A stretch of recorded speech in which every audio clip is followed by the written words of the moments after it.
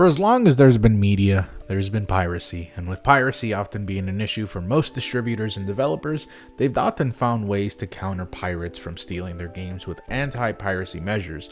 Some anti-piracy strategies are clever, like Gmod's method of crashing your game and giving you a string of numbers that, when you submit in the forums, pretty much outs you out as a pirate. Some are funny, like how in Game Dev Tycoon they have a method where they just literally make the game unbeatable because of rampant growth of piracy of your game, making your company just go bankrupt. And others, of course, are just really creepy as hell. Unfortunately, I had a really hard time finding creepy anti-piracy examples in games, but real quick, I want to roll through some honorable mentions. And if you're here for Cuphead, then just skip to this timestamp.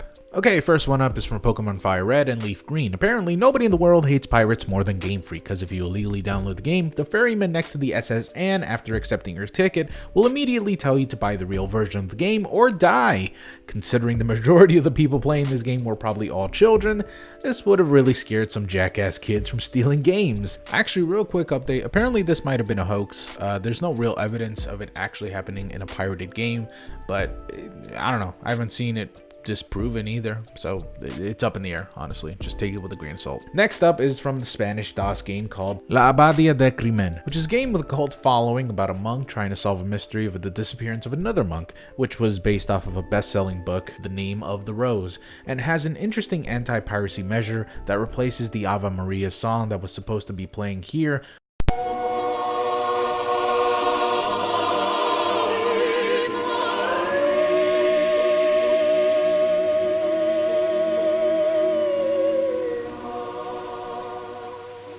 with a man saying pirata over and over again, which means pirate. Every time he says it, the word gets slower and slower and sounds way more demonic. Pirata, pirata, pirata, pirata, pirata, pirata, pirata, pirata, pirata, pirata.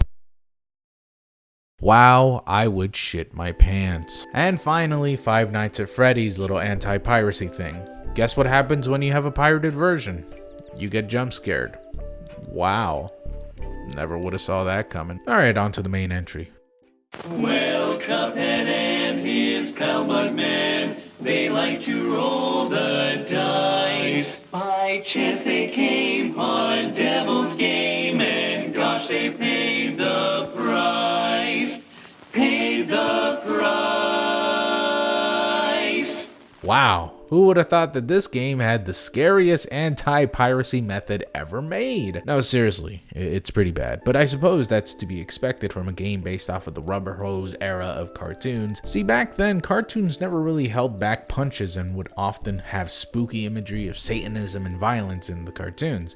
It wasn't really because the creators were like Satanists or evil or anything, it's just cartoons really didn't have any sort of restrictions and they were made for adults back then, so, you know, whatever. But the dudes over at MDHR Studios took a step further with their anti-piracy song that can be heard on the title screen when the game detects you're playing an illegal copy of the game.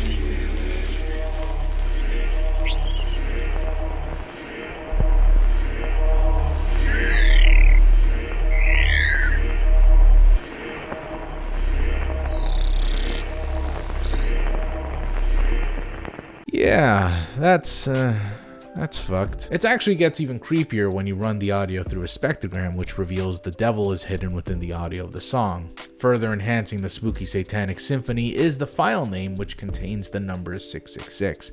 So yeah, that's haunting. But apparently this piracy prevention file was only added to the game after a few months after the game was initially released. So if you're one of the bastards that decided to pirate the game when it first launched, chances are you never actually saw or heard this Easter egg / anti-piracy anti-piracy song, this would explain why some people online have claimed to have never heard of the song before. So that's cool and all, but creepier still is this alleged rumor of this jump scare hidden away in King Dice's room. See, before you move on to different worlds, King Dice has to make sure you have all of the contracts in order for you to move on. Normally, you'd get this amazing little song sung by Alana Bridgewater, but allegedly in the pirated version, you actually start hearing something ticking in the background. You're not really sure what it is, and apparently you can't leave the die house. The ticking begins to get faster and faster, till eventually the ticking stops, and then...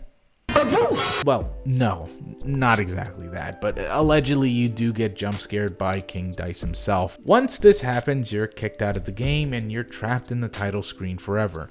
Again, these are just allegations made by one dude on Reddit that began to spread everywhere. There's no real evidence of this happening ever, and the guy who posted this on Reddit was very reluctant in showing footage. He was also dodging a lot of questions and just ended up disappearing from Reddit, honestly. I personally tried getting the pirated version of the game, but I have yet to find this specific updated version with the song.